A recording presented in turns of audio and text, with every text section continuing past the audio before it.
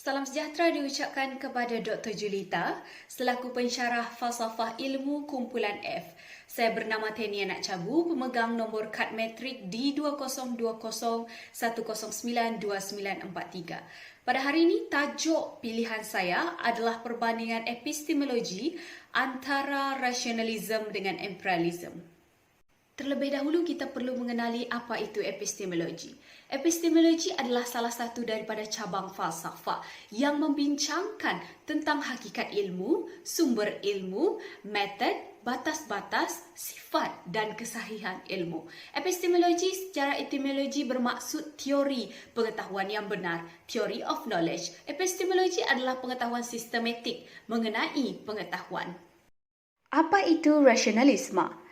Rasionalisme adalah aliran yang dikaitkan dengan kaum rasionalis pada abad ke-17 dan 18. Dari sudut bahasa, rasionalisme berasal dari kata bahasa Inggeris iaitu rationalism. Aliran rasionalisme menekankan kepada kemampuan akal atau otoriti akal fikiran, reason, untuk memperoleh ilmu dan mencari kebenaran. Tanpa rasio, maka mustahil bagi manusia memperoleh ilmu pengetahuan. Semakin banyak atau semakin dalam manusia berfikir, maka semakin banyak dan dalam pula pengetahuan yang diperolehi. Namun demikian, rasio tidak boleh berdiri sendiri. Ia memerlukan dunia nyata. Proses pemulihan ilmu berlaku apabila rasio berinteraksi dengan dunia nyata dan terjadilah pelbagai pengalaman empirikal. Justru kualiti pengetahuan manusia ditentukan oleh seberapa banyak atau kerap rasio berinteraksi dengan dunia nyata.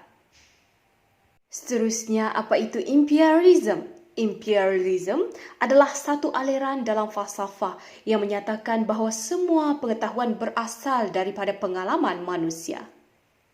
Imperialism menolak anggapan bahawa manusia telah membawa fitrah pengetahuan dalam dirinya ketika lahir. Pada dasarnya, imperialism sangat bertentangan dengan rasionalisme. Jika rasionalisme menyatakan bahawa pengenalan sejati berasal dari rasio, sebaliknya imperialism berpendapat bahawa pengetahuan berasal daripada pengalaman, bahkan pengetahuan indrawi merupakan pengetahuan yang paling jelas dan sempurna. Dari sudut terminologi, terdapat beberapa definisi mengenai imperialism. Pertama, doktrin yang menyatakan bahawa sumber seluruh pengetahuan harus dicari dalam pengalaman. Kedua, semua ide merupakan abstrak yang dibentuk dengan menggabungkan apa-apa yang dialami. Ketiga, pengalaman indiawi adalah satu-satunya sumber pengetahuan, bukan akal. Seterusnya adalah perbandingan antara rasionalisme dengan imperialism, iaitu dari sudut pandangan tokoh. Salah seorang tokoh dari rasionalisme adalah René Descartes dan manakala tokoh imperialisme adalah John Locke. Menurut Ahmad Sunawari 2006, René Descartes yang digelar sebagai bapa falsafah moden merupakan tokoh utama yang menggerakkan aliran rasionalisme. Descartes seorang yang menguasai falsafah skolastik tetapi tidak dapat menerima dasar-dasar yang dibangunkan oleh para pendahulunya. Dalam bukunya Descartes de la Méthode, dia menegaskan bahawa perlu adanya metod yang jitu sebagai dasar bagi semua pengetahuan. Menurut Descartes, semua ilmu adalah pengetahuan yang pasti dan jelas. Visi dan falsafah Descartes banyak dipengaruhi oleh ilmu alam dan matematik yang berasaskan kepastian dan kejelasan perbezaan antara benar dengan salah. Dalam usahanya untuk mencapai kebenaran tersebut, Descartes menggunakan metod deduksi.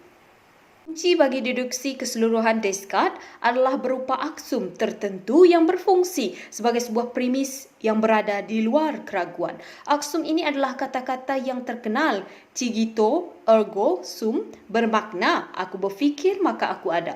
Dengan kata lain, kesangsian ini secara langsung menyedarkan adanya aku. Manakala imperialism, tokohnya adalah John Locke. John Locke menyatakan bahawa akal tidak boleh memperoleh pengetahuan daripada dirinya sendiri. Akal tidak lain hanyalah seperti kertas kosong yang hanya menerima segala sesuatu yang datang daripada pengalaman. Kita hanya boleh berfikir melalui ide dan kesemua ide itu datang dari pengalaman. Tiada sebarang pengetahuan boleh wujud sebelum adanya pengalaman. Locke tidak membezakan antara pengetahuan indrawi dengan pengetahuan akali. Objek pengetahuan adalah idea-idea yang timbul kerana adanya pengalaman lahiriah dan pengalaman batiniah. Pengalaman lahiriah adalah berkaitan dengan hal-hal yang berada di luar kita, sementara pengalaman batiniah berkaitan dengan hal-hal yang ada dalam diri manusia itu sendiri. Perbandingan seterusnya adalah dari sudut kaedah yang digunakan. Bagi rasionalisme, penganut rasionalisme percaya bahawa kebenaran dan kesesatan terletak pada idea dan bukannya pada diri barang sesuatu. Manakala imperialisme menggunakan metod induktif, maka pengetahuan yang berlaku secara umum dapat disusun melalui pengamatan terhadap gejala-gejala fizik yang bersifat individual. Dari sudut kepercayaan kepada indera, bagi rasionalisme, keberadaan indera adalah tidak mutlak sebagai rasio kerana rasio dapat menghasilkan pengetahuan tanpa indera seperti dalam bidang matematik. Manakala imperialisme, kaum imperialis berpegang teguh pada pendapat bahawa pengetahuan manusia dapat diperoleh melalui pengalaman. Bahkan pengalaman Indiawi dianggap sebagai pengadilan yang tertinggi. Perbandingan yang terakhir adalah konsep semula jadi. Ahli rasionalisme percaya bahawa individu mempunyai pengetahuan atau konsep yang semula jadi sejak lahir.